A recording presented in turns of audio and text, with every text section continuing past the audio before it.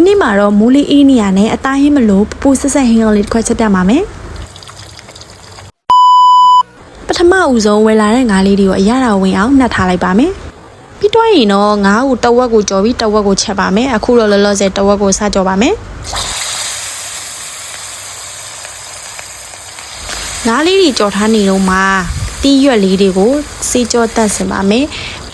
အဲ့ဒါကတော့ဒီနေ့ main ချက်မဲ့အတီးရွက်လေးများဖြစ်ပါတယ်ကိုကြိုက်တဲ့အတီးရွက်တွေဒီနေရာမှာအစားလို့တုံးပြီးလို့ရပါတယ်နော်ဒါလေးကတော့ငပိကြက်တွန်နီကြက်တွန်ဖြူငရုတ်တီးရဲ့ထောင်းထားတဲ့အနည်းလေးပါရှင့်ဒီချက်မဲ့ဆိုပင်စိမ်းကလည်းမပါမဖြစ်နော်ပါဝင်ပစ္စည်းတွေအကုန်ပြင်ဆင်ပြီးသွားတဲ့အခါမှာတော့ငါးကြော်လေးလည်းရပါပြီရှင့်ကဲပြီးလို့ရှိရင်ကျန်တဲ့ငါးတဝက်ကိုချက်ပါမယ်ရှင့်ဒါလေးကတော့ခန်းညင်ဒီကြက်တွန်နီကြက်တွန်ဖြူလေးပါဒါငါးချက်ဖို့အတွက်ပေါ့နော်အရင်ဦးဆုံးကြက်တွန်နီနဲ့ကြက်တွန်ဖြူလေးကိုကျွတ်နေအောင်ထိစီတက်ပေးလိုက်ပါမယ်ပြီးရင်တော့ခန်းညင်ဒီလေးထည့်လိုက်ပါမယ်ခန်းညင်ဒီကြည်တဲ့အထိလုံးမှာပဲဖြစ်ပါတယ်ခန်းညင်ဒီလည်းကြည်လာပြီဆိုတော့ခဏကြံတဲ့ငါးတဝက်လေးကိုစားထည့်ပါတော့မယ်ငါးကိုအသားလေးထုတ်နေအောင်လို့9မိနစ်10မိနစ်လောက်ခန်းညင်ဒီအနည်းလေးနဲ့လုံးပေးလိုက်ပါမယ်ရှင်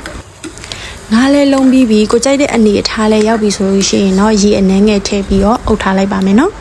ရေခမ်းပြီးစီပြန်တဲ့ဒီခဏဆောင်ပြီးတော့ပင်စိမ်းလေးအုပ်လိုက်ရင်ငါးချက်တစ်ခွက်လေးရပါပြီနော်ကဲငါးချက်လေးရပြီငါးကြော်လေးရပြီဆိုတော့အဓိက main ချက်မဲပူပူဆက်ဆက်ဟင်းကိုစားချက်ပါတော့မယ်ဒါလေးကပိန်းနေဒီဒါလေးကမြင့်ဒါလေးကမှုဒါလေးက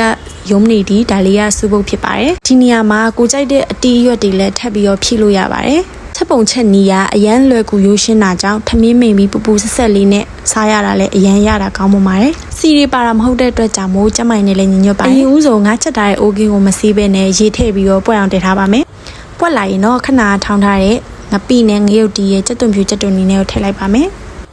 ပွက်ဆူလာတဲ့အထိမိနစ်အနည်းငယ်လောက်ဆောင်းလိုက်ပါမယ်ဒီထဲမှာရေချိုးပစုံအကောင်ကြီးတွေထည့်လန်းပိုရတာရှိပါတယ်နော်စူကတော့ခဏငားဟင်းပါတာကြောင့်မထည့်ထားပါဘူးရှင်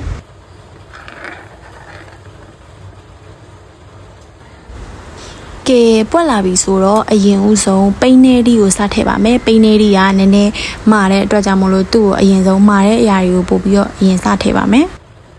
ပိန်းနေဒီထည့်ပြီးသွားတဲ့အခါမှာတော့တရီပွက်အောင်လို့ခဏလောက်စောင့်လိုက်ပါမယ်ပြီးရင်ဒုတိယအလဲမှာမြစ်ကိုထည့်ပါမယ်မြစ်နဲ့ပိန်းနေဒီကိုလည်းအဲ့လိုပဲခဏ